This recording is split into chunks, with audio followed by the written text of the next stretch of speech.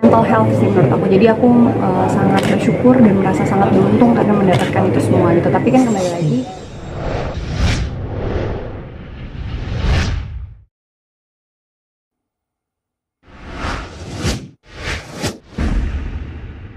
menurut aku ini inisiatif yang luar biasa ya, karena dari waktu yang baru sebentar aku bekerja di Kemenpora mungkin sekitar 3-4 bulan, ini sesuatu yang sangat berbeda gitu, karena kita biasanya kan acara kebudayaan, kita biasanya lebih ke olahraga gitu, tapi ini sesuatu hal yang sangat penting tapi mungkin kurang dapat perhatian sebanyak yang seharusnya gitu. Jadi waktu aku diajak untuk menjadi narasumber di Olah Rasa, tentunya aku sangat semangat, sangat tertarik pengen belajar juga gitu, karena seperti yang kita tahu ya, kesehatan mental itu juga sama pentingnya dengan kesehatan fisik gitu. Jadi menurut aku ini adalah kegiatan yang luar biasa dari Kemenpora. Saat kamu sebelum bergabung di Olah Rasa, ini seperti apa sih yang saat kamu jadi yang kemarin syuting, seperti apa sih mental itu? Berpengaruh banyak sekali ya, apalagi aku udah bekerja tuh dari usia yang sangat muda, aku sudah terekspos dengan banyak hal di usia yang sangat relatif muda gitu. Jadi aku udah mengalami banyak sekali perubahan-perubahan dalam hidup sebagai seorang individu dan sebagai seorang public figure gitu ya. Udah banyak sekali hal-hal yang aku rasakan gitu, dan kedepannya pun masih banyak pastinya gitu ya. Tapi apa yang bisa aku pelajari dari beberapa tahun ini aku menjadi seorang public figure gitu ya, ternyata kesehatan mental itu juga sama pentingnya gitu. Apalagi untuk kami seorang public figure yang mungkin setiap harinya harus bertemu dengan banyak orang yang berbeda-beda, apalagi saya seorang aktor gitu ya, jadi saya kadang harus menjadi orang lain gitu untuk film dan peran-peran saya gitu. Jadi butuh mental yang kuat gitu sebenarnya, karena biar kita tetap bisa kembali ke diri sendiri, biar kita tetap bisa merasa tenang dengan segala macam pressure yang kita alami setiap hari. Itu penting banget gitu. Jadi makin kesini, makin dewasa, makin banyak pekerjaan yang harus saya lakukan, makin banyak lagi informasi-informasi tentang kesehatan mental yang bisa sangat membantu aku.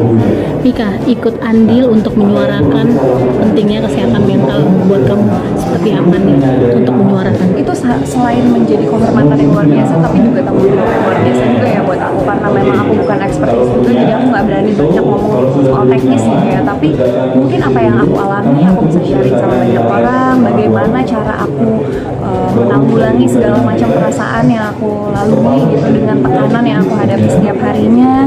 Terus betapa pentingnya punya support system, orang-orang di sekeliling aku yang benar-benar mendukung setiap hari gitu. Itu mungkin itu yang bisa aku bagikan. Jadi selain memang ini kehormatan yang luar biasa, ini juga jadi tanggung jawab gitu, karena aku rasa aku punya platform yang cukup besar untuk berbagi soal informasi tentang kesehatan mental. Aku bisa berbagi tentang pengalaman aku dengan banyak orang lewat platform yang aku punya gitu. Jadi aku menganggap ini adalah tantangan dan tanggung jawab yang besar juga buat aku.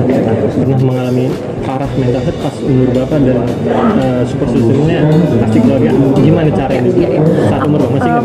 Aku bersyukur sekali ya, dari awal aku berkarir orang tua aku itu sangat mendukung. Ibu aku dulu nemenin benar-benar setiap hari dari awal aku syuting gitu sampai aku melewati golden age aku gitu ya. Itu kan dulu kan kita masih muda gitu ya, dan mengalami banyak sekali hal-hal seperti itu. Aku bersyukur sekali karena orang tua aku sangat support, benar-benar mendampingi setiap hari. Aku masih sekolah juga, jadi aku bergaul sama teman-teman aku seperti layaknya anak muda gitu ya.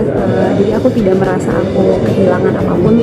Tentunya waktu pasti ya, aku tidak punya banyak waktu untuk main, tapi at least aku masih bergaul sama teman-teman dengan aku sekolah biasa gitu. Lalu habis itu aku kembali ke lokasi syuting, tentunya banyak sekali tantangan, tentunya banyak sekali apa ya, hal-hal yang aku korbankan juga gitu ya, nggak bisa spend time banyak sama keluarga, sama teman-teman gitu. Tapi di sisi lain aku merasa mental aku kuat juga karena dukungan dari orang-orang di sekitar aku, terutama orang tua gitu. Dan justru hidup aku itu berubah banget mungkin di umur 25-an gitu ya, sekitar umur justru lagi apa ya, mungkin kalau dibilang sudah mulai beranjak dewasa gitu ya. Justru malah di situ hidupku berubah setelah mamaku udah nggak ada, dan itu baru akhirnya aku belajar gitu kayak hal-hal baru yang sebelumnya aku belum pernah lakukan. Tapi kembali lagi aku mempunyai support system yang luar biasa, ayah aku, keluarga aku, sahabat-sahabat yang sangat mendukung gitu, terus fans-fans juga yang benar-benar mendukung sampai detik ini, dan itu yang membuat aku semakin kuat sih sekarang.